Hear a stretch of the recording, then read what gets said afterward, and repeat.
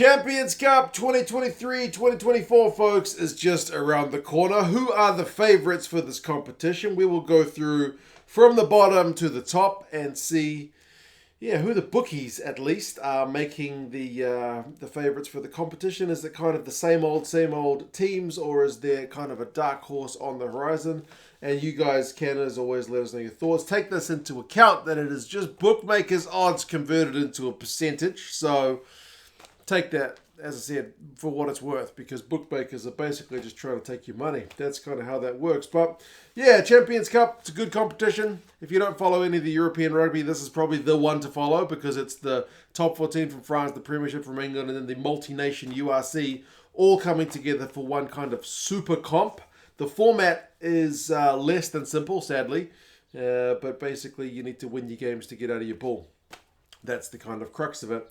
Now, the teams who are given less than a 1% chance of winning the Champions Cup. So these are the teams that are probably going to get flogged week in, week out, at least according to the bookmakers, are the likes of Northampton. I don't know, a little bit harsh, but likewise Connacht, who I consider one of the pretty decent teams in the URC anyway. They pushed Leinster all the way to the final whistle the other day. Bristol, certainly a high-profile club in terms of the talent that they have acquired over the years. Stade Francais, who I think have been doing fairly kind of decently in the old top 14, although it's not a competition I get to follow that much because we don't have it broadcast over here. And then the kind of two bottom teams, because these teams have all got slightly different percentages. Cardiff, who are your only Welsh representative, and a kind of new team, at least to the Champions Cup since I've been following it, in Bayonne. Thank you to my wife for helping me make up this magnet just today. So, first time I'll have seen them in Champions Cup action. But all these 6 teams are basically expected to not do a heck of a lot. Northampton are paying $81 to win it. Connacht are paying $101. Likewise, Bristol, Stade Francais $126, and Bayonne and Cardiff $251.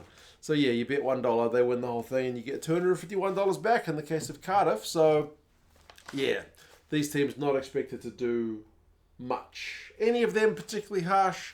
Do let me know. The next two at 1.1%, so they do get over the 1% threshold, is Lyon and Exeter. Exeter's stocks have fallen a little bit since they were that kind of Champions Cup winning team themselves, all conquering back a few years ago. But as I said, they've not been able to kind of push on with that kind of same success that they had a few years ago. And Lyon tends to be a Champions Cup qualifier every now and again, but not much more than that. So the odds kind of are reflective with the kind of recent history that we've seen with them. 1.5%, you have the likes of a Bath and a Glasgow. So your only Scottish side is here. Bath have made a few big name signings. They've got, speaking of Scottish, they've got Finn Russell playing for them now. So they may be one of the sides that, attract a few extra eyeballs in the competition. And Glasgow, with Edinburgh not being in this competition this year, they're in the Challenge Cup.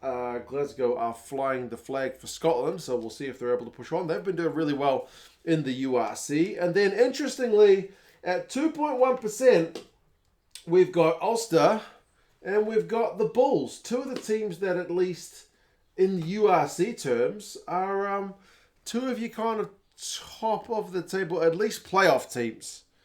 Yeah, neither of these guys has won the URC, but I think at least like semi-finals the last couple of years. Bulls made the final.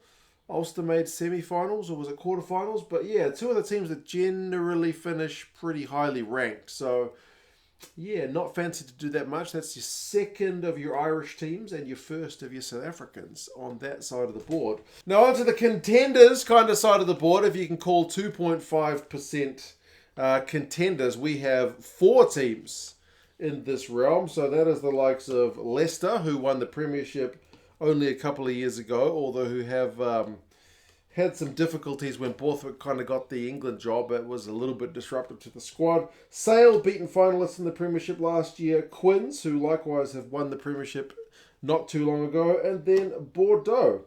So, one of the top 14 teams. So 3 Premiership teams. Not quite the top-ranked Premiership teams, but there's only 1 Premiership team left. So, yeah, Premiership-wise, maybe not kind of the favoured competition of the three. But you guys let me know your thoughts on how you think the three comps stack up. Toulon and the Stormers, so the second of our South African sides, these guys come in at 3.9%. So, I mean, I've got them as the contenders side of the board, and that is, kind of top 10. But percentage-wise, with the bookies, we're still talking kind of $19 to win the entire competition. So still definitely kind of outsiders for the one-time URC champion Stormers and former Champions Cup champions Toulon. And now we get into the points where it's one team, one percentage. Racing 92, 4.3%, doing pretty well in the top 14. Always seem to be a bridesmaid in this competition rather than the bride. Munster, the reigning URC champions, at 5.6%, have been in pretty decent form in that competition. They pushed Leinster pretty hard the other week in Dublin, and then knocked over Glasgow really convincingly, who were top of the URC at the time. Then here is our top premiership side, and Sarries, former Champions Cup champions themselves. Paying $10 to win the competition. So they've been pretty good. And Owen Farrell's going to be totally focused on Saracens, isn't he? With them not paying in internationals. Not that it usually makes a difference with the Champions Cup squads, because they tend to play their stronger sides in this competition, although some of the French sides have been known to focus on the domestic league instead. Now we've got Toulouse here at 14.6%. So that's a massive jump up from everybody else. Certainly one of the big-time favourites. They've got a star-studded French roster paying $5 to win the competition. They seem to have a bit of a rock, paper, scissors thing with a couple of these other teams. Reigning champions La Rochelle come in at 16.8%, and then Leinster are your favourites at 20.9%, so pretty much 21%, paying $3.50. So I say rock, paper, scissors because it seems like La Rochelle tend to beat Leinster. Leinster beat Toulouse, and Toulouse beat La Rochelle. So we'll have to see how the draw kind of works out for these sides. But yes, this is how the Champions Cup squads are setting up for the 2023-2024 season. If you reckon you know how things are going to go, I'll put a link down to the Super Brew pool in the description. We do your kind of predictions on who you think is going to win. It can be pretty tricky. As I said, if you're new to the Champions Cup, and I'm only 4 or 5 years into the competition myself, it is just about as close to Test rugby as you can get, especially in Europe, basically, and now with the South African teams joining as well. As I said, most teams tend to put their strongest squads out for the Champions Cup, especially the URC sides. The Premiership sides, when there was the threat of relegation, could sometimes kind of and ah about whether they were going to put up their top sides, and certainly the top 14 sides. I mean, Montpellier, I think last year put out a full strength side 1 week and a B team a few weeks before, and the results, like 1 week they got hammered by like 80 odd points or something, and then were very competitive a few weeks later. So yeah, it's a real mixed bag. You do need to keep an eye on the squad announcements just to see how things are going to line up, but it is Europe's premier competition in terms of kind of the hardest silverware to win.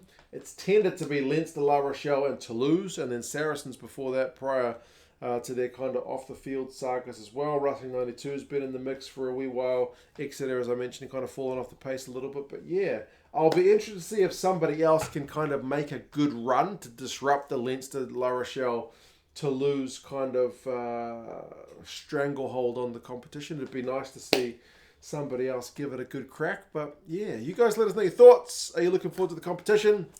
Who are your favourites? Who's your dark horse? And I'll talk to you guys again soon. See you later.